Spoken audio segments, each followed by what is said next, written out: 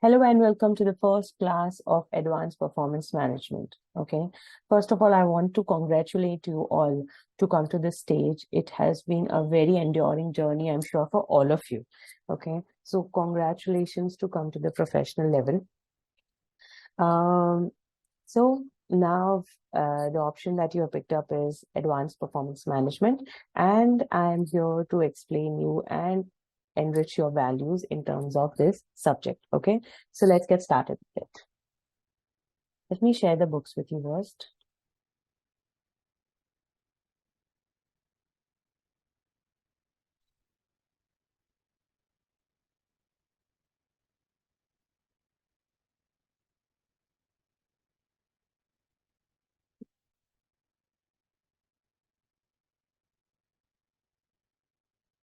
So for the APM subject, we are going to use two books. Okay, one is called the Kaplan Publishing House Advanced Performance Management Study Text, and second is called the Kaplan Publishing Only Advanced Performance Management Exam Kit. I will be showing you both the books today. Okay, so the agenda for today is to understand how to use the books, how would be the flow of studies. And after that, we'll be looking at the paper pattern and the syllabus. Okay. And then finally, we will start with the first chapter. Okay. So this is the first book that we are doing, which is called Advanced Performance Management. And this is how the book looks. It's a Kaplan publishing book. These are the chapters to be done. Chapter 1 to chapter 13. These all are professional skill papers, and employability and technological skills, which is something which helps you to understand how to solve the paper. Okay, so employability and technological skills is going to help you to give the exam, because see, the exams that we are going to give here are on computer based, right? So it is very different than what papers you must have given in the past. Okay, if you have got an exemption of first time papers, so congratulations for that. But I believe however you got the exemptions, it would be different than the papers that you take for ACCA, right? So if this is your first paper in professional, skill level, professional level, or if you have shifted from skill level to professional level also, it's important to understand that the paper patterns are very different, right? In skill level, we used to have MCQs, but here we don't have MCQs. We have got completely timed papers. So it's different. Okay. So in chapter number 14, we are going to understand how to use our employability and technological skills.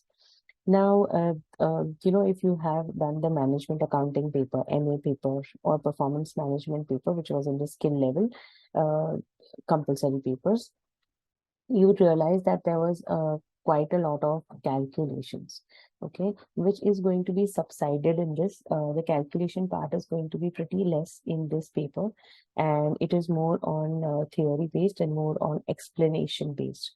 Okay, so I strongly recommend you guys to study your question papers very nicely and understand what the question requirements are, and then go to the answers.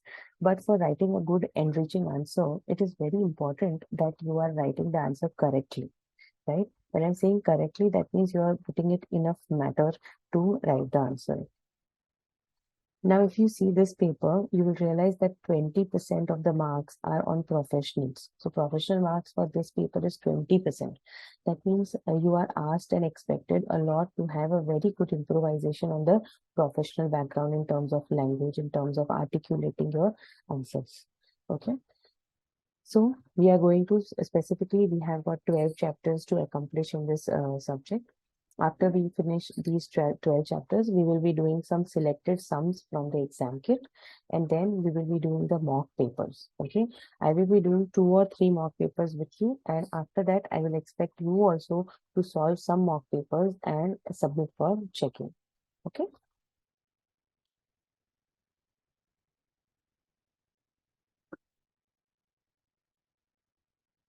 The syllabus that is given here, which is called syllabus learning objective, this is something which is a guideline given by ACCA. So all the syllabus that is given by ACCA is covered by the Kaplan book.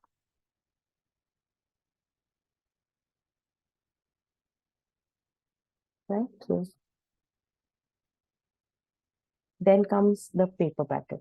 Okay, so the paper is going to be for 3 hours and 15 minutes, and it has got 100 marks paper with 50 marks of passing, and there is no negative marking in this paper.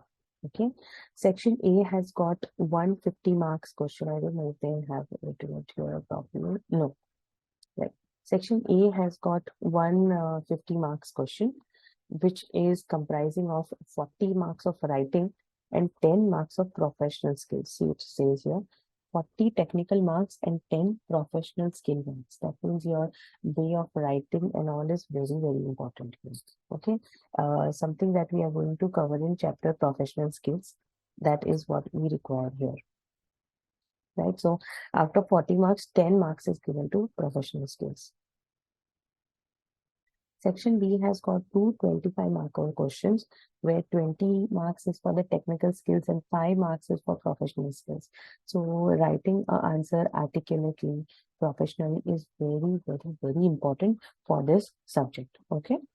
The paper is going to be for 3 hours and 15 minutes. I think I did mention, but I'm just mentioning it again. You have to have a good hold on Excel, because Excel and Word, like spreadsheet and a Word document, is something that you will be using to do the paper, right? You know, previously we had handwritten papers, and now it has come to computer-based paper. But I personally feel going to a computer-based paper is much better than a handwritten paper, because here there are so many incidences where you can directly copy paste the items that you want to do from the question paper, from the question directly to the answer sheet. Once we come to the mock papers, I will surely guide you of how to do that. Okay. In the exam, you will be given the PV table. I'm sure you are aware of it, but when we use it, I'll be helping you how to use it. Okay. This is called the PV table or present value table.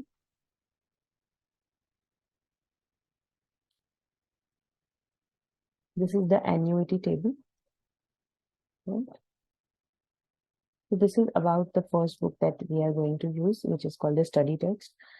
Guys, please understand, and please, I have to tell you in the first class itself that just by doing the study text, you will not pass the paper. It's very, very important to do the study text and exam kit simultaneously.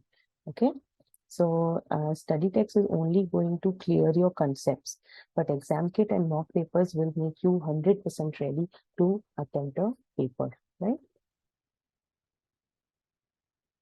Let's quickly go to the second book and then we can come back to this one.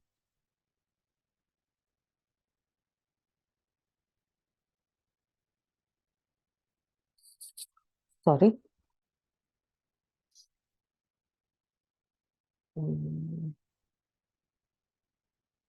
Let's do that. This is the exam kit. Let me just go to the first page.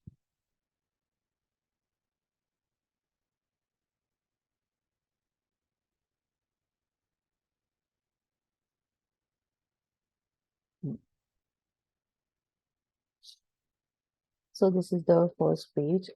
This is called the Advanced Performance Management Exam Kit. This is also from the same publication house, which is Kaplan Publishing. Okay. Now here, see, these are the questions that are asked in your section 8.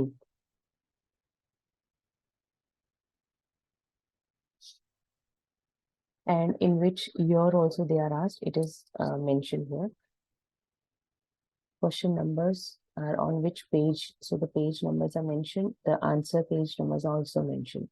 It's a very, very informative book, I would say. Section B questions are also separately lined up here. See, all this are here. Right? And then you have an analysis of past exams. That means which topics were asked in which exam and the what year is also very clearly analyzed here. But guys, I would like to recommend you that don't do the exam kit and the study text simultaneously. Okay, because here, see, one question of your exam kit might be having a lot of information that is from the study text, which comprises of more than one chapters. So it's more sensible to at least finish 50% of your study text and then start with the exam kit. See, the marking scheme is given here also, where total marks, technical marks, professional marks, everything is given. So all over, as I said earlier, 20% of your paper is based on professional skill marks, how to professionally write the answers. Okay. Exam is going to be for 3 hours and 15 minutes, and it is a computer-based exam.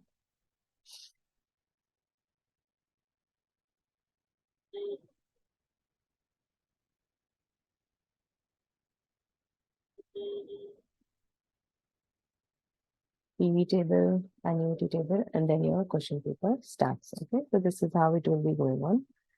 Let's go to my previous book, which is my study text.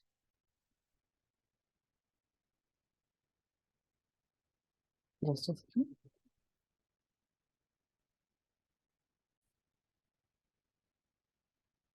So the first chapter here is Introduction to Strategic Management Accounting. Right, this is a brief of the previous subjects that we have passed, which were in line with APM, which is Management Accounting and Performance Management.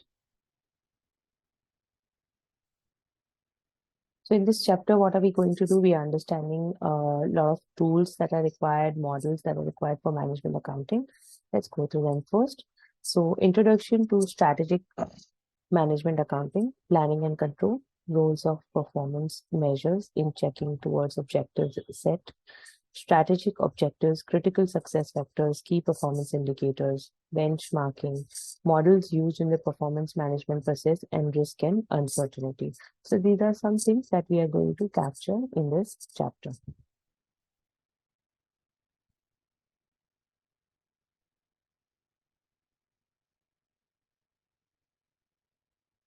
This is just showing what we are going to do in this chapter. So it's not something important. We are already going to handle it as and when it comes. Okay. But the central part of this process is to understand how the objectives of the organization link to the critical success factors and the key performance indicators. Now, I believe most of you must be knowing these terms, but I will be going in depth for each of the terms as and when they come. Okay, we will be also doing different models which we have done in our previous subjects. So, models like SWOT analysis, BEST, Porter's 5 forces, Boston Consultancy Group model, or Porter's generic strategy. This is something that we have already done earlier in different subjects. Like if you have given the paper SDL, Strategic Business Leadership, or Business Technology, which comes in our fundamental level, then you must be knowing what I'm talking about. But yeah, don't worry if you don't know. We are going to handle them individually when they come. Okay. So let's get started with the main, body of the topics. The first one is Introduction to Planning and Control. Now, performance management is basically an activity that is designed to improve the organization's performance and ensure that the goals are met. Right? That is where the measurement comes into picture or management comes into picture. Now, every company, be it a profit-making company or a not profit-making company, it is essential for them to manage the performance that it is showing, right? For example, if I'm a charitable trust, I will get funds from somewhere, right? But still I need to see how the performance is. Similarly, if there is a profit-making company, then the same logic goes there. Or if it is a auditing company, then also the same logic goes there. So the point of saying this is there are many incidences where different topics will be handled and different performance has to be checked. Strategic planning is concerned with where an organization wants to be, how will we get there, right? It's all about where you want to be and how will you go there. That is how the strategy is made. That is where the strategy comes into picture, right? Just look at this three-stage model by strategic planning. which is strategic analysis, strategic choice, and strategic implementation. Strategic analysis is something which is based on external analysis like opportunities and threats, internal analysis like strengths and weaknesses. So basically we are talking about SWOT. See in earlier SWOT, strength, weakness, opportunity, and threats. That is what a strategic analysis has got a part in it, where it is looking at the opportunities and threats, which is O and T, and strengths and weakness as internal analysis, which is S and W. So SWOT analysis. Stakeholders analysis to identify key objectives and to assess power and interest of different groups. Gap analysis is to identify the difference between desired and expected performance. So this is how strategic analysis works. The second is strategic choice. Strategies are required to close the gap. Competitive strategies for each business unit, directions for growth, which markets products should be invested in, whether expansion should be achieved by organic growth, acquisition, or some form of joint arrangement. Right? So first, what companies do, they make the analysis. They understand what is required, where are you falling short, what is the gap between what is expected and what is received. Then there are choices made, like how to close the gap, how to have better competitive strategies, etc. Then there is strategic implementation. That means formulation of detailed plans and budgets to understand how the strategy is to be implied. Right? I'll give you a very simple example. For example, you want to pass the ACM paper, right? That is your goal. What do? You first analyze, okay, how much time do I have? What are my weaker topics? What are my stronger topics? What am I good at? That is where you do your analysis. Then you make the choice, right?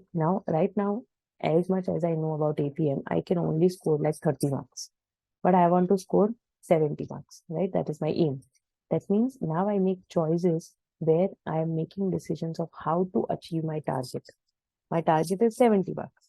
Right now, I am at the caliber of only 30 marks. So strategic choices to go to the target. And lastly, strategic implementation. That means making correct decisions, implementing the things, actually working towards passing the paper.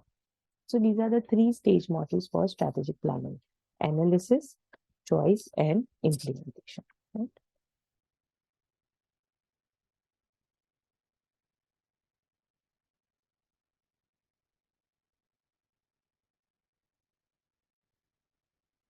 Control is concerned with monitoring the achievement of objectives and corrective actions. When we talk about a performance hierarchy, so this is a performance hierarchy model. It is also called the Anthony's triangle. Let me just show you on a Safari.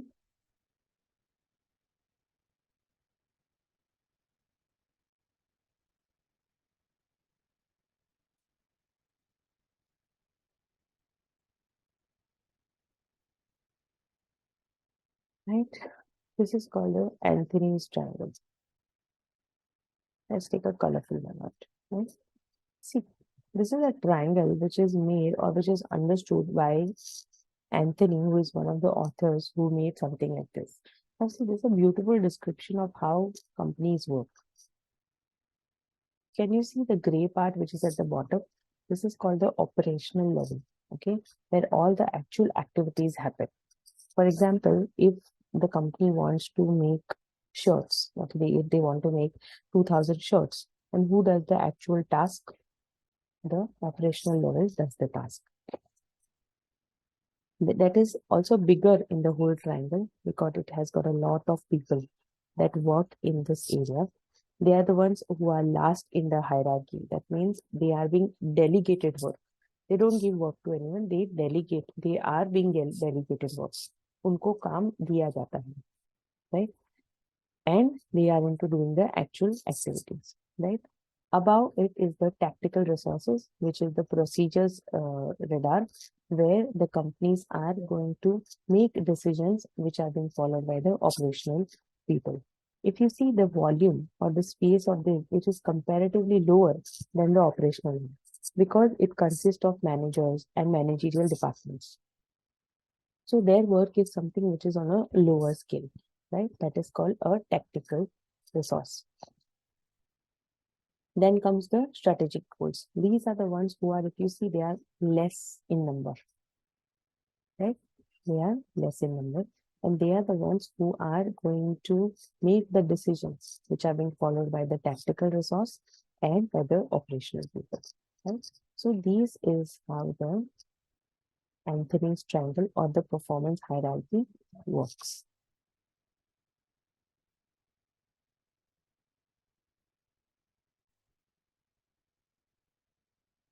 This is the same thing here, but because that one was in a colorful way, I chose to show you that one, right? So the performance hierarchy has got a mission. See, every company has got a mission. Mission is basically a broad direction of where the company wants to go, right? After that, the company makes strategic plans and objectives based on that, tactical plans and objectives based on that, and then operational plans and objectives based on the last thing, right? Let's look at some companies' mission statements on the internet.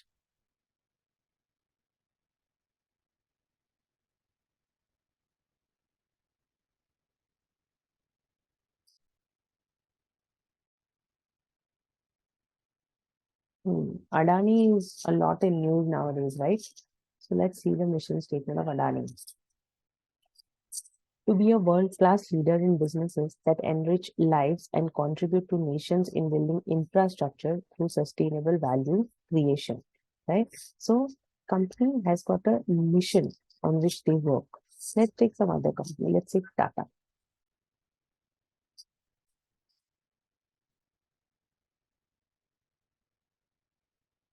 We will be bold and agile, courageously taking on challenges, using deep customer insight to develop innovative solutions.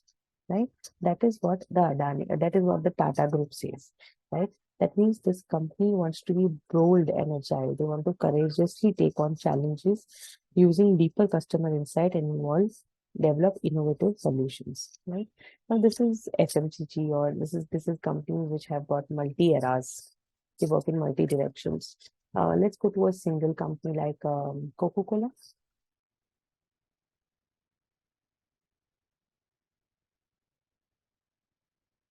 Let's compare mission statement of Coca-Cola with Pepsi. Now they both are into beverages, okay? They make cola, Sprite, Fanta, etc. So let's see what they have. Mission of Coca-Cola is to refresh the world, to inspire moments of optimism and happiness, and to create value and make a difference. Right? So this is what Coca-Cola means. Let's see what Pepsi says.